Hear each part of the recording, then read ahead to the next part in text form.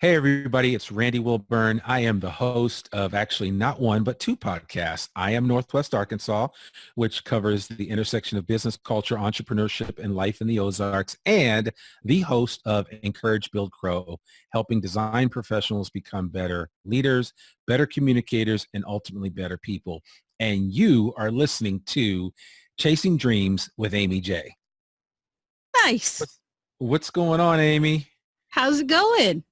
It's going good. It's going good. You know, that's the problem when you have two podcast hosts on an episode. One is like, well, actually, I should be letting Amy lead me, but I'm leading her because I'm so used to it. But no, it's all good. How are you? I'm good. I'm good. Hey, listen, I'm going to introduce you though to these lovely folks, if you don't mind.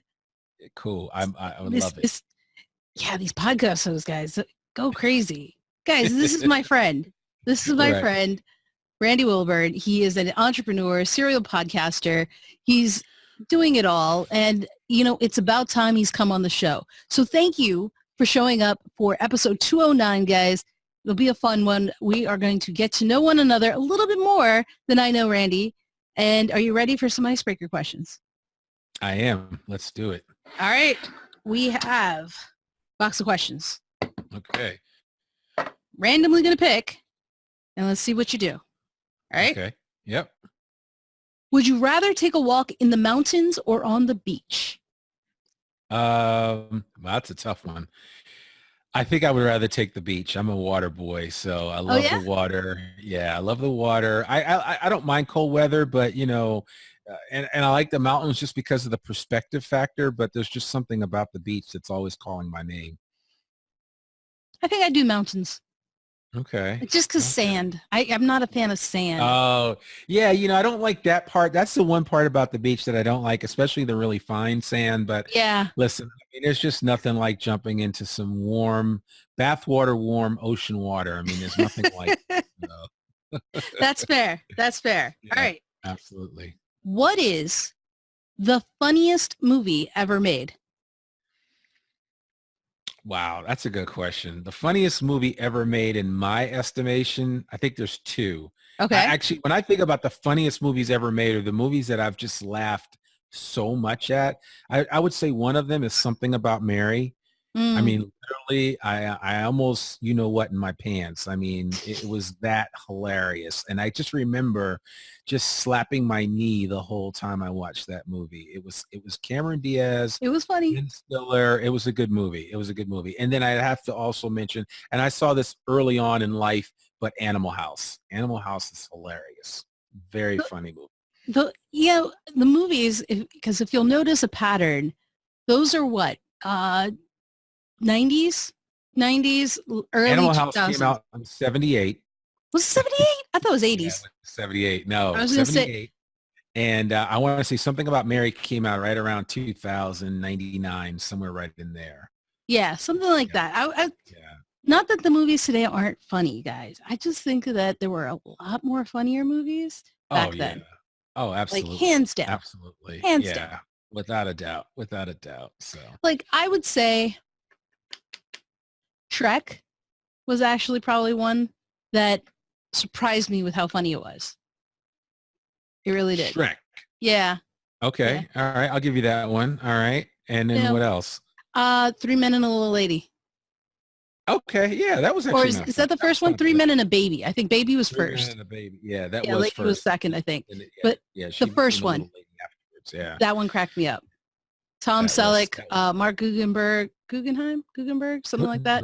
Tom, yeah, from Police Academy fame. Yep. Tom Selleck. Police Academy was also hilarious. That was funny. That was a funny series. Yeah, y'all don't appreciate that today. Try watch it. No. Watch it. It's not the same. I mean, there's not a lot of movies that are just like absolutely knock down, drag out, hilarious. Not like that. You just don't see it much. You just don't. All right. Let's go to the next question. What do you enjoy eating when you're alone and no one's watching? Oh, man. Dare I say, it wouldn't be Cheese Whiz, right? I'm sure that's on some people's list. But I enjoy eating alone when nobody's watching. You know, I'd have to say peanuts. That Got them wasn't as right here. exciting as I thought that would be. Okay. Yeah, I would have to say peanuts. Yeah, those are Huh. the things that's the thing. I'm pretty straightforward, but peanuts are something that I grew up on, and I just love indulging on them. And sometimes if nobody's around, I'll just put a whole bag away, like just like that. So Mine would be mac and I don't cheese. want to be judged. So I know we were talking about Cheese Whiz, but mine's mac and cheese.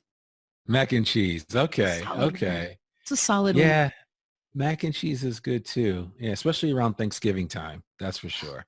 Yes. All right. Second to last question. What do you still have from childhood? Hmm. What do I still have from childhood? Oh, I've got my baby shoes, my bronzed baby shoes.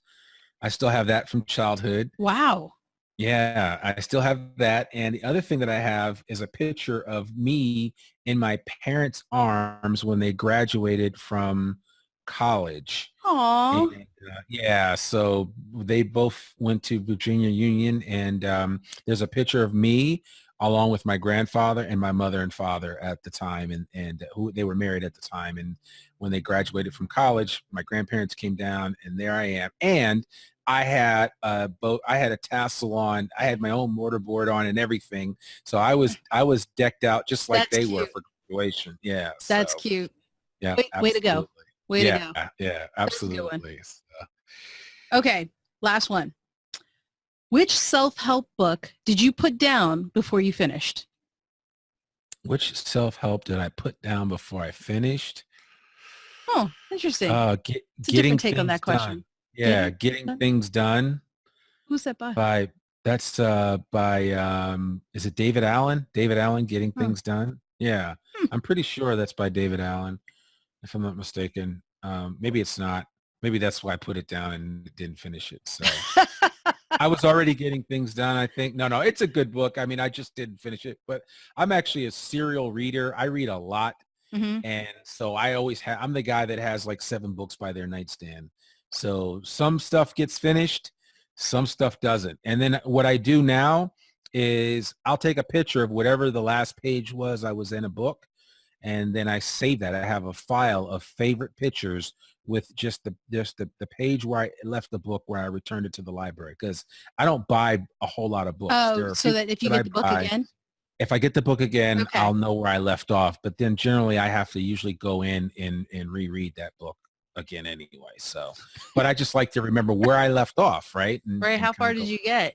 Exactly.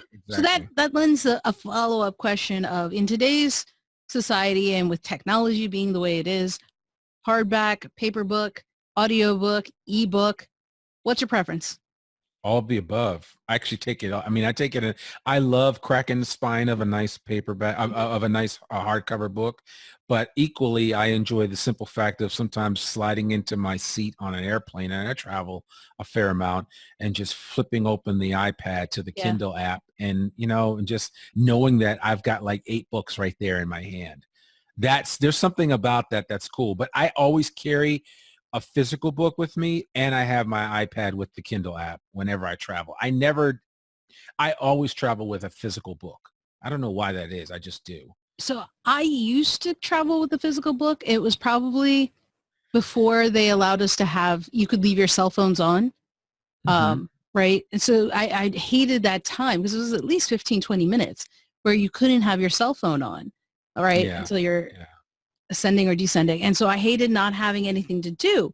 So I would always carry a book so I could read that. But now that you can have your cell phone on in airplane mode, right? I prefer the Kindle app, but having Audible add-on translations Okay.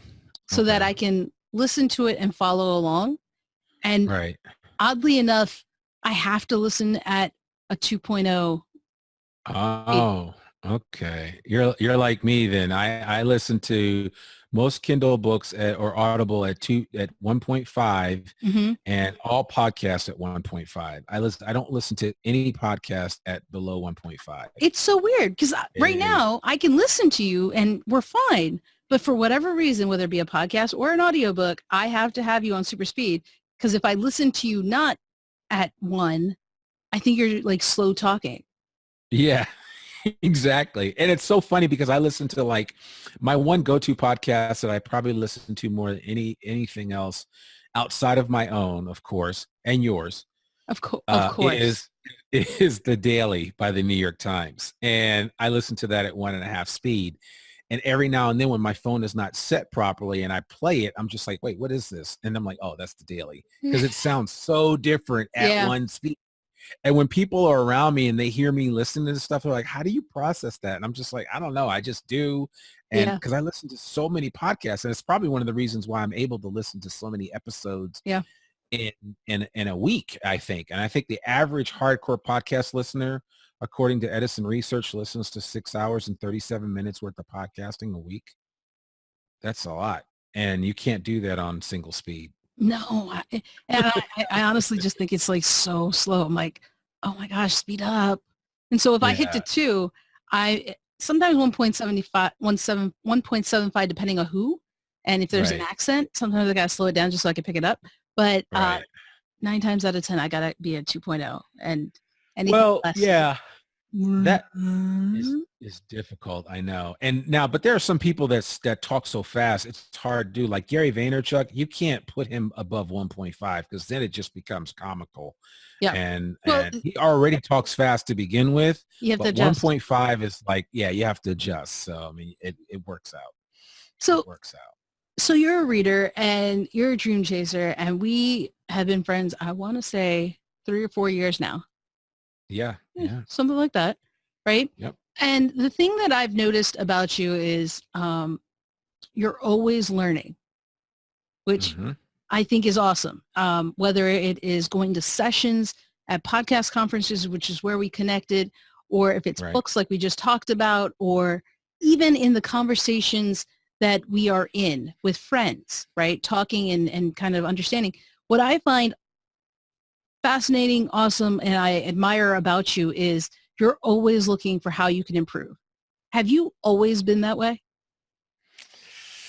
No, I think I have, or at least that's the narrative that I like to tell about myself, where I say, yeah, I've always constantly been searching for that holy grail of knowledge and Mhm. information.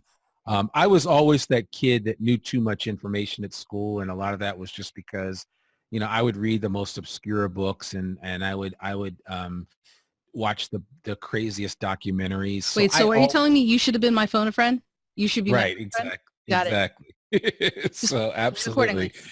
Yes, yes. And so that for me is it doesn't it's just kind of the way that I was wired. And I always tell people that I grew up with living with my grandparents. My parents got divorced when I was young. And one of the things that my grandfather always reminded me of is that, there is so much richness in literature and in books. And, once you take them in, they really become your friends. And Mm. technically, when I moved in with my grandparents, my bedroom was what was originally my grandfather's office/library. Mm. So I basically lived in a room where my bed faced a wall, which a beautiful built-in library. And he had every book imaginable. I mean, the autobiography of Malcolm X, the Jackie Robinson story, the Confessions of Nat Turner, Souls on Ice. I Wow. mean, the Red Badge of Courage. I could go on. And I mean, I can almost in my head play back all of the books that he had there. My grandfather was a news reporter with ABC News, and he was actually the first Black network news reporter. So, he was something special in his own right, but I think he kind of instilled in me that love of reading and just, getting information. And he was the kind of guy that would come home at night and he would have a Wall Street Journal, New York Times, the Bergen Record, because I grew up right outside of New York City in northern New Jersey, and then about 6 or 7 other newspapers. And he consumed them all before he went to bed. And what's funny is when I hear that, I'm like, how?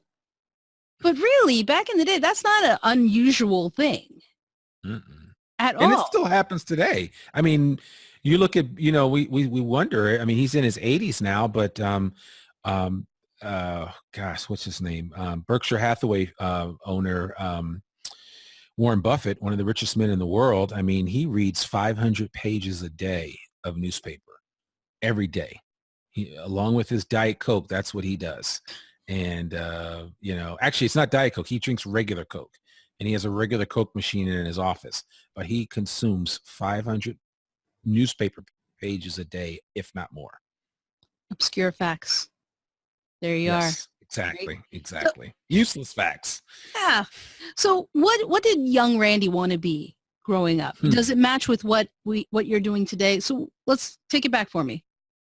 Absolutely not. I think the young Randy, I thought that I was going to be possibly in sports or, I was a fairly active kid. I played a lot of sports growing up, and but then I also liked doing other things, and I thought that, honestly, I thought maybe at one point I would follow in my grandfather's footsteps, and I actually did. Unbeknownst to me at the time, what I'm doing now with podcasting is ultimately something that I witnessed on a daily basis growing up as an 8, a 9, or 10-year-old kid who in I'm 50. I was born in 69. So in 1978, 1979, my grandfather would work at the United Nations, interview somebody, come home at night with that tape recording interview, Mm-hmm. and then take a little thing, a coupling off of his phone, and take some gator clamps and clamp them to the phone and send that interview over the phone waves to a radio station, which at the time he was working with the National Black Network, and he would send that interview over to them, and then they would take it, download it, record, save it on their end, and then play it, and then we'd hear it on the news later that night. Oh, And wicked. yeah, so I experienced that. So like, honestly, I can hear in my head whenever I say 3, 2, 1, my grandfather would always be doing that. And he would do a quick voiceover. They would record it, and then he would send them whatever interview he did. And that's just something that would always resonated with me. And I never really thought much about it. And, I've done other things. I've always been, in some way, shape, or form have had a business of my own, but it's this whole piece of, the recorded sound and recorded voice that with the advent of podcasting for me has really kind of brought me full circle back to my childhood, to something that I guess I was preparing for and never realized it. Not until I started doing podcasting about 7 or 8 years ago, which at the time would have put me at about 42, 43 years of age. So I went through there obviously almost half of my life Mm-hmm. before I came to this realization that this is something that I really enjoy doing. And just the fact that the way podcasting has grown and the medium that it is today affords you that ability to kind of do anything you want to do. I mean, you have your own setup right there behind you. And nowadays the technology gives us that ability. And I certainly, in my wildest dreams would have never imagined that. But, things don't happen by accident. So like I said, I mean, I literally, I mean, if it was one time, I probably heard my grandfather do voiceovers and transfer information to the radio stations several hundred times in the early stages of my life, when I didn't know who I wanted to be, but it was just something that I saw. And I always thought, oh, that's cool. And here's this guy, and he can tell a quick story, and he can come up with something even just off the top of his head and talk for 30 seconds or a minute. And then they package that together with whatever interview he did. And then I listened to it on the radio 2 hours later. And I Yeah. was always blown away by that. That's why I'm like, And wicked. That's crazy to me. it That- is. It really is. So given that you were about 42 when you come up with the realization that, hey, this is cool and this is something I could do. Looking back, would you change anything that you've done and maybe tried something different? Do you wish you kind of could have done something different earlier, sooner? No, I don't think so. I think I tried to at the time when I was younger, about 25, 26. I got a chance to work at ABC News. So I got to do a lot of the stuff that my grandfather did. So it wasn't that I didn't achieve a certain goal or objective that I maybe I would have been better off achieving early on in life. I got to do it, and it was a great experience. And I broke stories for Nightline and worked on World News Tonight and Wow. worked directly with Ted Koppel and Peter Jennings. And I had some really great experiences. And that just informed who I was becoming. And I say becoming because I was still a work in progress. And I always tell people that we're all works in progress. We're all works in progress until we die. But the thing about it was at 25, 26, I never felt like I knew it all. I just felt like I want to keep learning. And that's just kind of how it was. And so, for the next 25 years, I've just constantly iterated and gotten better, figured things out, made some mistakes, dusted myself off. And I think the process is, I think our lives are a much more iterative process than we realize. And too often people are pigeonholed into doing one thing, or you're being told that, hey, this is the only thing that you can do, or you're living somebody else's dream, right? Like your parents. And that's tough. And I was never kind of put into that corner because, my grandfather said, hey, you can be anything that you want to do, just go out and prove it. And that's what he would say to me. So I think a lot of it is just the Jedi mind trick that he put on me back in the day, where he was just like, listen, you can do anything. You literally can do anything. And I've never been saddled with doubt from that perspective. I mean, I'm a human being. Sure. And so that I'm susceptible to certain things, but there's just certain things I don't allow to take over my thinking. I don't give rent in my head to certain negative thoughts or certain defeatist attitudes that sometimes really hamper a lot of people's efforts to really grow as an individual. And I think that's, for me, it's been important because I have failed at a comical level, and I've had success at the highest levels. And each one has taught me something. Mm-hmm. And I think it's really important for anyone to not to belabor the process, because the process and the journey is important. The destination is important, but the journey is equally as important.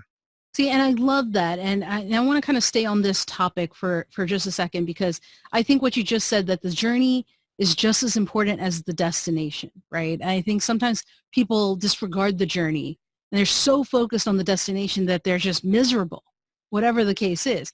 And you have an unusually strong mindset about, life outlook and what you're doing, right? You bounce down, you have a bad day, brush it off, on to the next, right? I think I could see you doing that. But for the people listening and those who struggle with that kind of mindset, what advice would you have for them who don't have as strong of a countenance and they're facing doubt, facing failure, facing negativity? What can they do? Yeah. I mean, obviously, it certainly isn't going to help to tell somebody whatever doesn't kill you only makes you stronger. Certainly, I could come up with something trite and witty like that. But in all seriousness, I think that you need to be open to understanding who you are. And I don't think enough people take time to learn about themselves, because we're constantly worrying about other people. And I think in this season that I'm in, and just to be perfectly transparent, I honestly, legitimately feel like I've had a great life. I'm 50, but there's something about psychologically when you hit this watermark of, some people say 40 is halftime. I believe 50 is halftime for me. And I'm in the locker room right now getting prepared to go out on the field for the second half. And my encouragement to anyone that's listening to this and it's in a place of doubt or fear or discouragement is that the second half can infinitely be even better than the first half. Because too often people sit around saying, man, I'm going to live my best life right now. And then later on, because you hear people say it, and people are like, well, my body's going to break down and all that. That stuff only happens because you say it and you think it. But I don't think that way. I work out literally every day. I do a lot of, I try to eat as good as I can, except for when we went out during Podcast Movement. That's a whole different conversation. It was still pretty good. No, I know it was. We didn't go hardcore with some really bad stuff. But, I try to monitor my alcohol consumption, all of that, because I do want to preserve this body, and I want to be here for the long term, not just for myself, but for my wife, Nicola, and my 3 boys, Joshua, Nathan, and Aiden. But I think that, everybody needs to understand that it is a long process. And too often we are literally, some of us are literally in the first quarter of our lives, and we're complaining because we're so disappointed with the outcome so far. Yeah. And the second quarter will get better. You'll make some mistakes. You'll figure it out. You'll course correct and move on. You come into halftime. You get into the locker room with the coach. And what does the coach do? The coach gives you a pep talk. And for a lot of us, like, my pep talks have come through books. My pep talks have come through other podcasts, listening to your podcast and several others of people that we know, and just listening to this process. And I think it's really important for people to do that and recognize that your life is a body of work. And as long as you're still breathing, that story is still being told. And you look at Harlan Sanders, 65, when he created those 11 herbs and spices. I mean, my God, he found so many ways to fail. His failures had failures.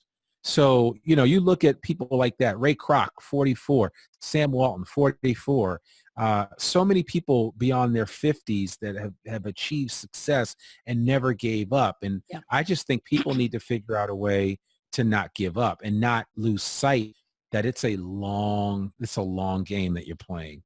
Yeah, and I think that's a great point you make, because it's a marathon, not a sprint. And Right. there's two schools of thought that I'm seeing from people, and you've probably seen for people who come to you and have talked to you and that you've interacted with. One, it's too late for them, or I'm waiting for retirement, and by then it's like, why? What if something, God forbid, happens before retirement? Then what? And then there's the other end of the spectrum of people who are like, it's too late for me because of a mistake. They are young, in their 20s, 30s, even 40s, still young. And it's that life is not going the way they want it, and therefore Right. they think it's over. Right? It's the two extremes of things that I'm seeing. And it's interesting because if you watch social media and you see like Gary Vaynerchuk, and you see the people who come to him and talk to him, and he's very good about, life is long. Like, live your life, do what you need to do. Just be happy. He promotes that. And I don't agree with everything Gary says, but I'm huge on the be happy part, because life is short. Yeah. Right? I mean, you live every day. You die once, but live it every day. I just think people are either, woe is me, it's too late, or it's not happening because it's too late. It's it's about that destiny. It's about that goal versus the journey, which I think is great about what you said, because it's about the journey. It is. And it is something that each day brings something new. And that's kind of what I enjoy right now. And again, my encouragement to anyone that will listen, especially a 25 something or a 30 something, is, this is, make your mistakes, but you know what? You're also going to make your mistakes when you're my age too. And don't worry about it. Just keep moving on. If it doesn't kill you, you'll be all right. And the idea here is simply that, we have to constantly be elevating our thinking and the way that we look at life. And I think that that's what I've been able to do. And a lot of it, again, is part of it is upbringing.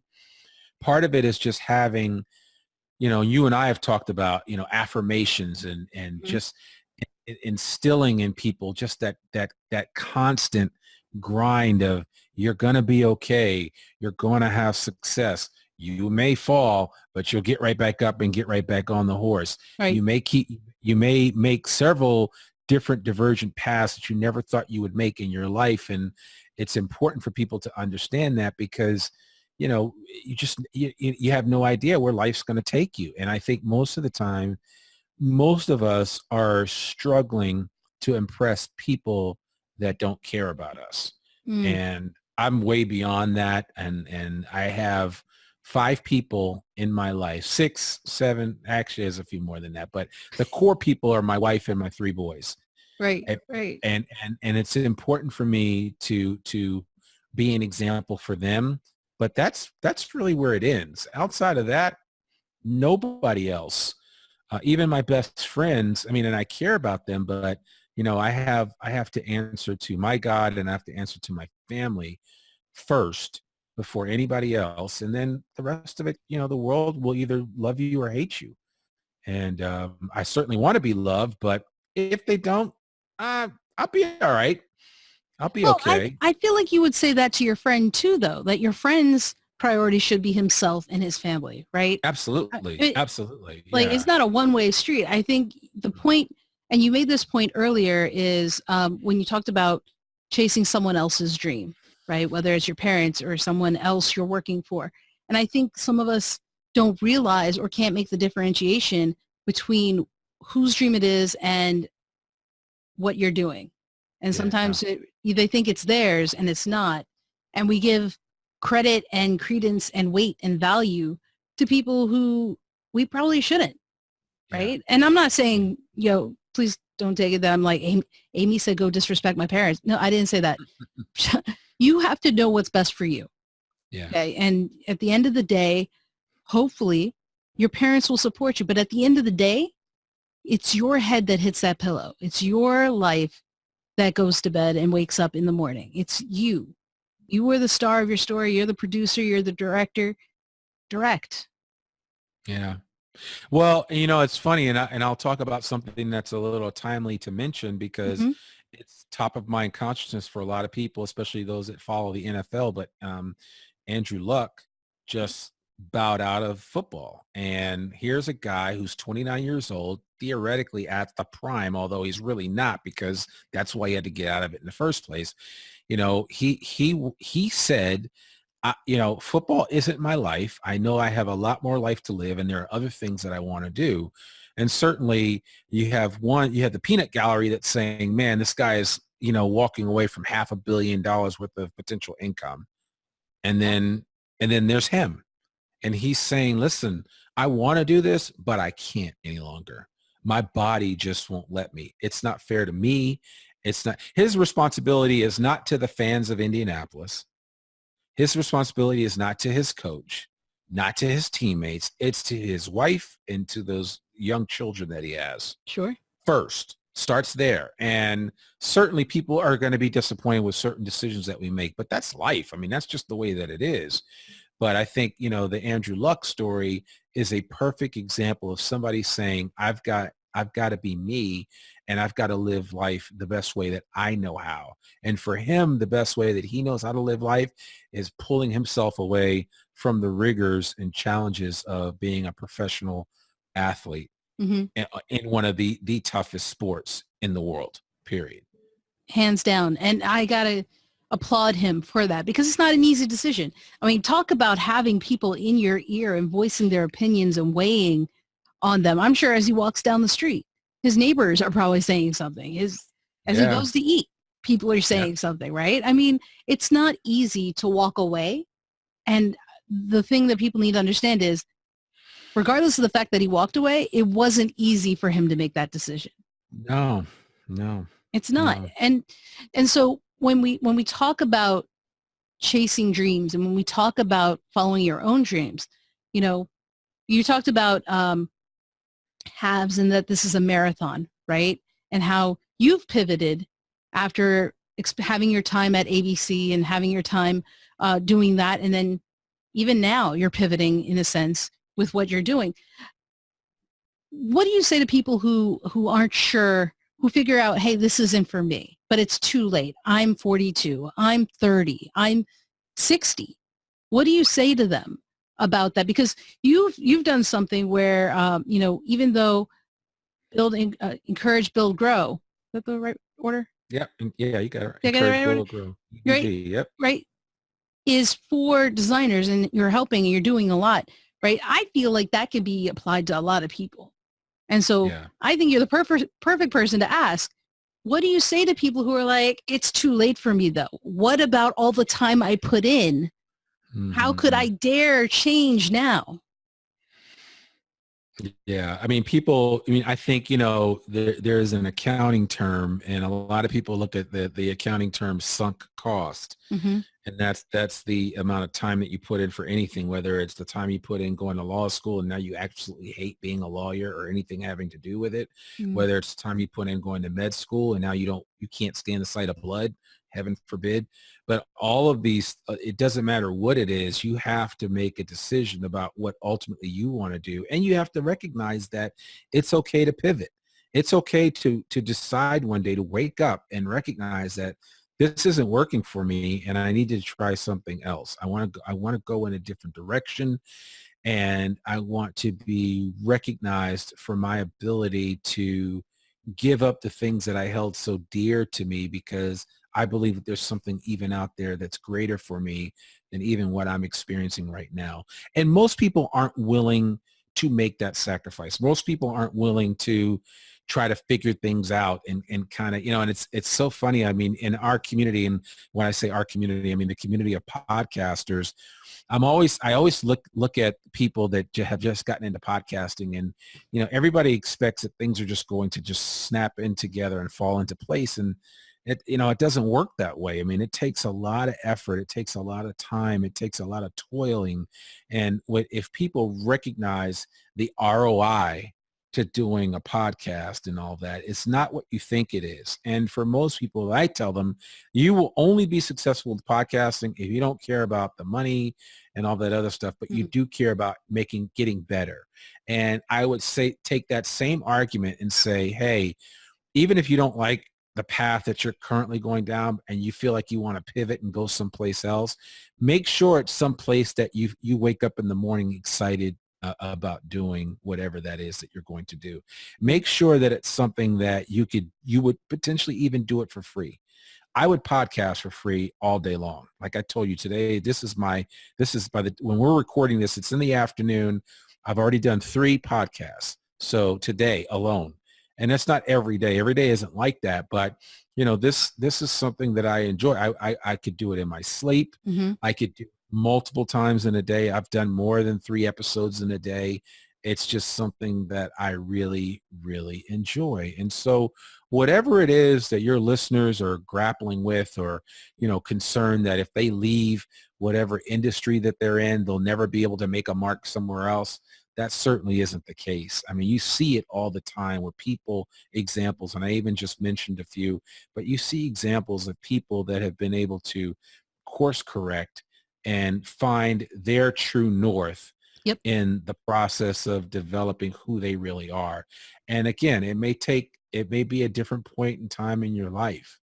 And I think it's just something that we need to recognize and understand. And that's why, honestly, that's why reading is so important, especially reading biographies and others, because you realize that you're not alone in this. And there's so many people, super successful people, who we know ostensibly just through the public record. But then when we peel back the layers and find out about their lives and what they went through and all the hurt and pain that they went through to get where they wanted to go, we're like, oh my God. Yeah. They might have pivoted 2 or 3 times before they got down the path that they really needed to go down.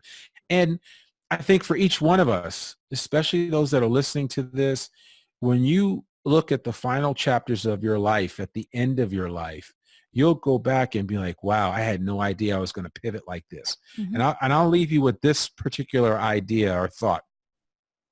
I told you my grandfather was the first Black network newscaster for ABC, and that's not to make a big deal about it. It is what it is.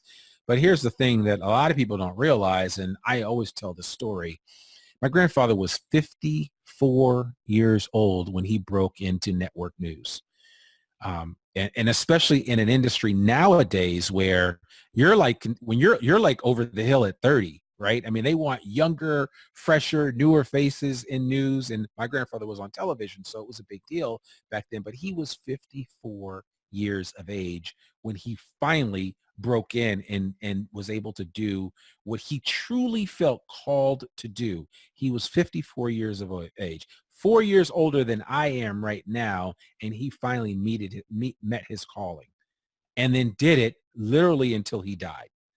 So what I tell people is that, again, like you said, it's a marathon, it's not a sprint, but you have to recognize when the calling comes on you to do something that you really feel called to do, excuse me, that opportunities and things will open up that you never envisioned opening up.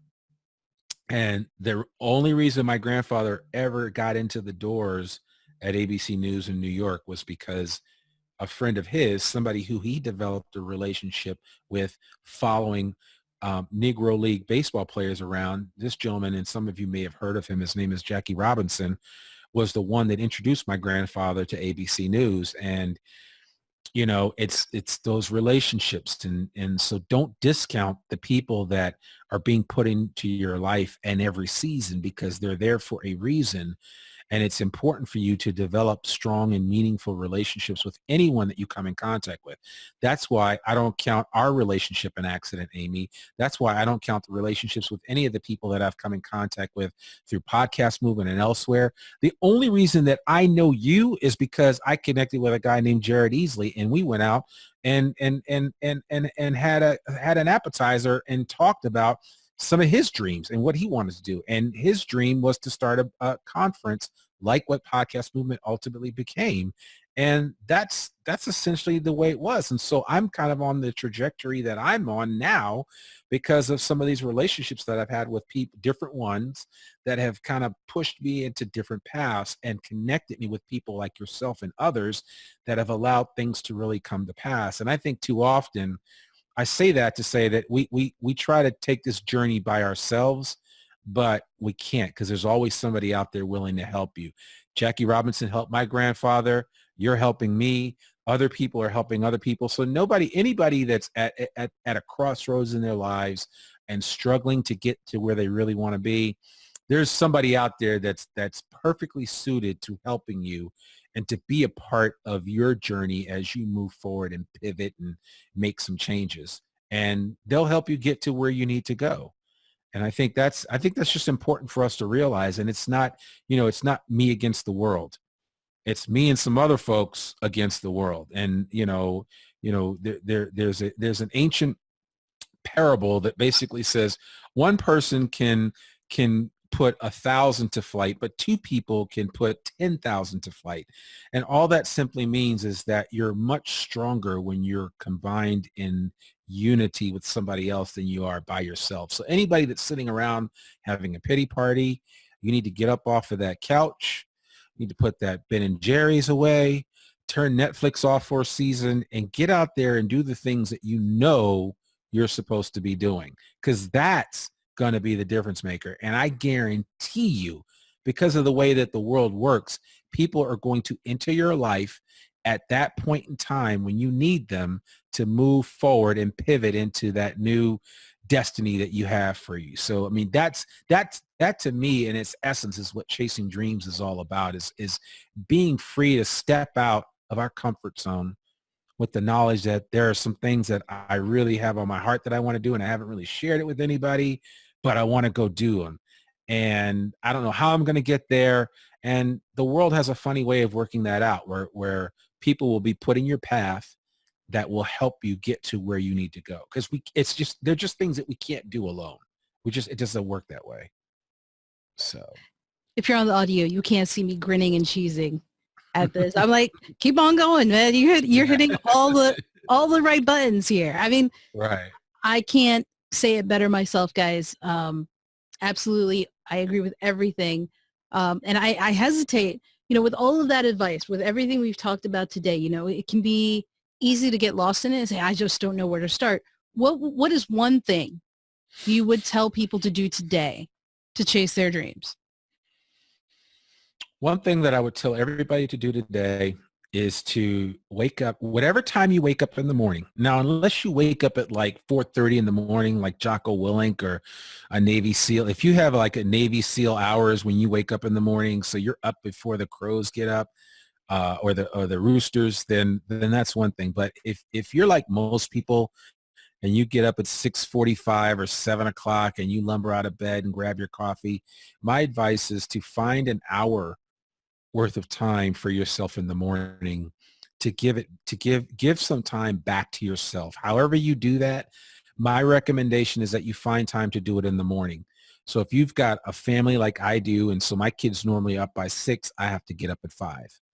But find that 1 hour of time and make sure that you're doing a couple of things. I'd highly recommend that you figure out affirmations that work for you to kind of prime the pump, right? Because we're trying to get that water flowing. And if you've ever been somewhere where there's a natural spring 100 or 200 feet down on a piece of property and they've got a pump to get that water up, it takes a lot of work. But once it starts flowing, it flows.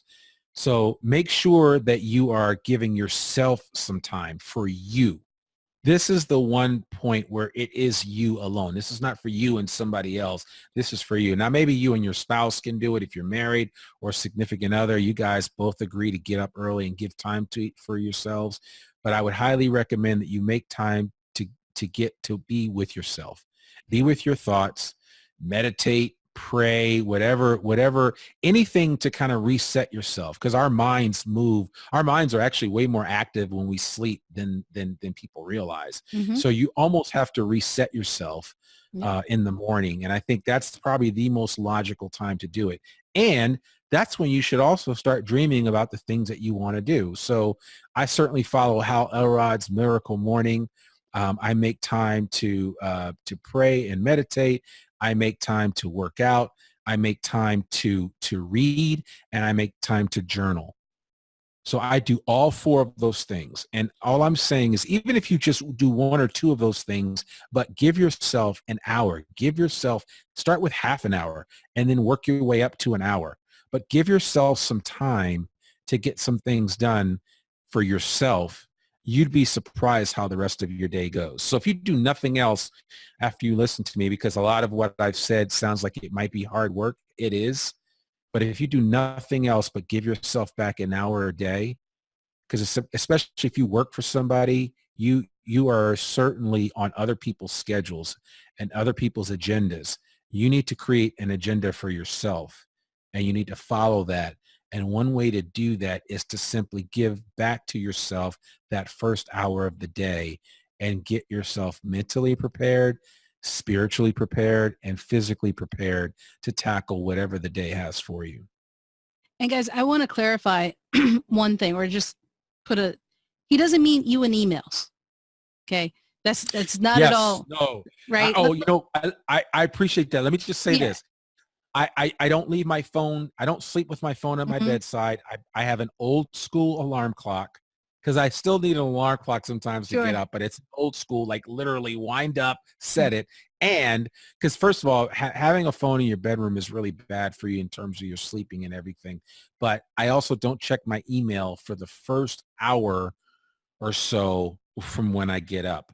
So I don't allow any flood of anybody else's agenda to enter into my realm until after that first hour is up, or more. Sometimes I don't check my email until 8:30 or 9 o'clock in the morning, but and that's a good morning. But most of the times, at least if I'm giving myself a half hour or an hour, that's uninterrupted from life, meaning no social media, no email checking. Listen, there is nobody that needs you to do anything at 6:30 a.m. It just isn't. I mean, unless you work for Lady Gaga, and, of course, stars have needs, and I get it. But, if that's not you, figure it out, work it out. So, but yeah, that's a very good point. Just to clarify, because I've noticed a difference and I used to do this. It's just hard to keep track of that stuff and to do it consistently, but it's never too late to get back to it. So, working that back into my routine in my life, I notice a difference, right? And Randy and I keep each other accountable, and it's been great. And so set your mind right, set your day right. Yeah. Get on chasing your dreams. Randy, thank you, my friend, for coming on, sharing your wisdom. So many nuggets. Appreciate you. Yeah, no, I appreciate it too. Thank you so much.